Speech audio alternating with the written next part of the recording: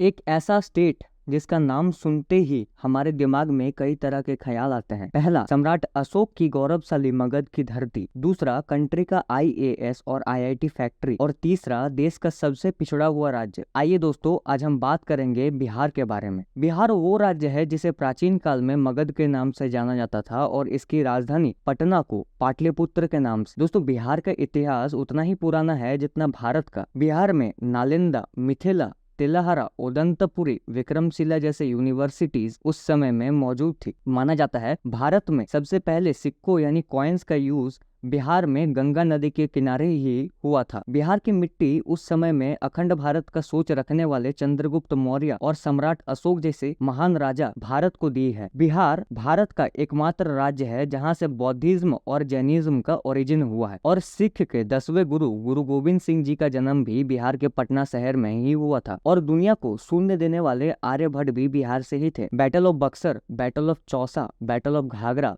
बिहार की मिट्टी इन सारे प्रसिद्ध युद्धों का साक्षी रहा है। बिहार राज्य अनेक महापुरुषों का जन्म स्थल भी रहा है। बौद्ध धर्म की शुरुआत करने वाले महात्मा बुद्ध और दुनिया को कूटनीति और राजनीति का ज्ञान देने वाले चाणक्य का जन्म भी इसी राज्य में हुआ था। इतना ही नहीं, रामायण की रचना करने वाले वाल्मीकि और वात्स्यायन मुनि भी बिहार की मिट्टी में ही जन्मे थे। 22 नवंबर 1922 को वेस्ट बंगाल से अलग होकर बिहार और उड़ीसा राज्य का गठन हुआ। बिहार को उत्तर में नेपाल, पूर्व में पश्चिम बंगाल, पश्चिम में उत्तर प्रदेश और दक्षिण में झारखंड ने घिरा हुआ है। दोस्तों, अगर बात करें बिहार की टोटल एरिया की तो 97,163 किलोमीटर स्क्वायर और बिहार भारत का 12th लार्जेस्ट स्टेट भी है। अगर बात करें जीडीपी के बारे में तो बिहार का टोटल जीडीपी $120 बिलियन है, जिसमें से 61% सर्विसेज से आता है, 24% एग्रीकल्चर से और 15% इंडस्ट्री से आता है। बिहार भारत का यंगेस्ट स्टेट है, यानी यहाँ का एवरेज एज सिर्फ 22 ईयर्स ही है। फिर भी यहाँ के 50% लोग दूसरे स्टेट जैसे पंजाब, हरियाणा, तमिलनाडु में जाकर काम कर रहे हैं, जहाँ पे उन्हें लेबर, कंस्ट्रक्शन, सैनिटेशन वर्कर, धोबी, वॉचमैन जैसी नौकरियां करनी पड़ती है। बिहार के चीफ मिनिस्टर श्री नीतीश कुमार जी कहते हैं, बिहार ने इंडस्ट्री के बिना ही विकास करने का प्रबंध किया है। सही बात है कि कोई बड़ा उद्योग यहाँ कोई आना नहीं चाहता।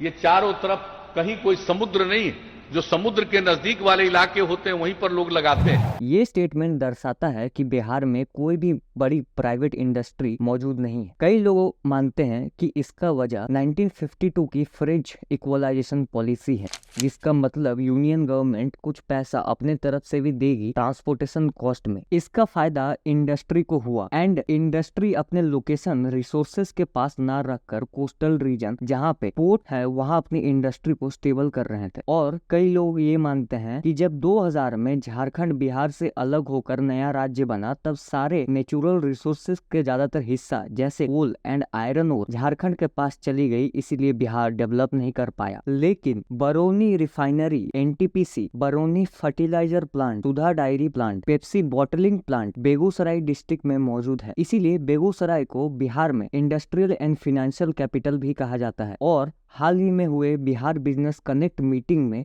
Bharat petroleum corporation limited plan कर रही है 7,000 करोड़ रुपीस का इन्वेस्टमेंट करने का। अडानी जो 850 करोड़ रुपीस इन्वेस्ट कर चुकी थी बिहार में, अब वो प्लान कर रही है 8,000 करोड़ रुपीस का इन्वेस्ट करने का। और एएमडी के चीफ इंफॉर्मेशन ऑफिसर हसमुख रंजन ने कहा है, आईटी इंडस्ट्री एक बेहतर और प्रीमियम सेक्टर होगा क्योंकि यहाँ का इन्वायरमेंट सुटेबल है इस चीज के लिए। ये सारी इन्वेस्टमेंट बिहार को कई तरह से मदद कर सकता है, जैसे माइग्रेशन कम होगा। जो लोग बाहर काम की तलाश में जा रहे थे, अब उन्हें बाहर जाने की जरूरत नहीं पड़ेगी। अगर बिहार में अपॉर्चुनिटीज बढ़ेगी तो ऑटोमेटिकली स्कैम कम हो जाएंगे। जीन डेज एक बड़े इकोनॉमिस्ट है, उनके गाइडेंस के अंदर बिहार की सरकारी स्कूल्स का सर्वे कराया गया। सर्वे का रिपोर्ट सुन के आप हैरान हो जाएंगे। 81 में से 7 स्कूल यानी 9% स्कूल में, बाकी सब तो छोड़ दीजिए, बिल्डिंग ही नहीं है। कई सरकारी स्कूल कुछ ऐसे दिखते हैं, यानी इलेक्ट्रिसिटी, टॉयलेट, बेंचेस तो छोड़ दीजिए, 4 दीवार तक नहीं होती है। दूसरी सरकारी ऑफिसेस को फेक स्कूल दिखाया जाता है और फेक अटेंडेंस भी बनाया जाता है। ये एक बहुत बड़ा गवर्नेंस फेलियर है। Bihar medical service and infrastructure corporation limited को 10,743 करोड़ रुपीस अलॉटेड हुए, जिसमें से सिर्फ 3,103 करोड़ ही यूटिलाइज किया गया। 2014 से लेकर 2020 तक उन्होंने 1097 प्रोजेक्ट्स लिए, जिसमें से सिर्फ 187 ही कंप्लीट हुए और 387 प्रोजेक्ट्स तो अभी शुरू भी नहीं हुए हैं, जिसका सीधा जवाब है बिहार के गवर्नेंस फेलियर। लेकिन बिहार में हर एक चीज बुरी नहीं है। बिहार का ज्यादातर हिस्सा फर्टाइल होने के कारण एग्रीकल्चरल लैंड के कैटेगरी में आता है, इसीलिए बिहार पूरे देश का लार्जेस्ट मखाना और लीची प्रोड्यूसर है। यही नहीं, बिहार पूरे देश का 14% हनी यानी शहद और 13% मैंगो का प्रोड्यूसर भी है। बिहार पूरे देश का 44% गोल्ड प्रोड्यूसर भी है। बिहार को अगर डेवलप करना है तो सिर्फ एक सेक्टर से नहीं, सारे सेक्टर में ध्यान देना होगा। जैसे बिहार एक इंटरनेशनल प्लेस बन सकता है अगर बिहार गवर्नमेंट अपने टूरिज्म को एडवर्टाइजमेंट के थ्रू प्रमोट किया जाए तो। बिहार का कल्चर और खूबसूरती पूरे दुनिया तक पहुंचा पाएगा तो। राजस्थान, उड़ीसा जैसे स्टेट अपने टूरिज्म को प्रमोट करके एक रेवेन्यू एसेट बनाया है, ऐसे बिहार भी बन सकता है। दोस्तों, ये वीडियो बिहार को क्रिटिसाइज करने का मकसद से नहीं बनाया गया है। ये वीडियो बिहार के प्रॉब्लम्स के ऊपर डिस्कशन करना और उसके बारे में सॉल्यूशन देना है। दोस्तों, अगर आपको इस वीडियो से थोड़ी सी भी इंफॉर्मेशन मिलती है तो हमारे इस वीडियो को शेयर करें अपने दोस्तों के साथ और इस चैनल को सब्सक्राइब करें।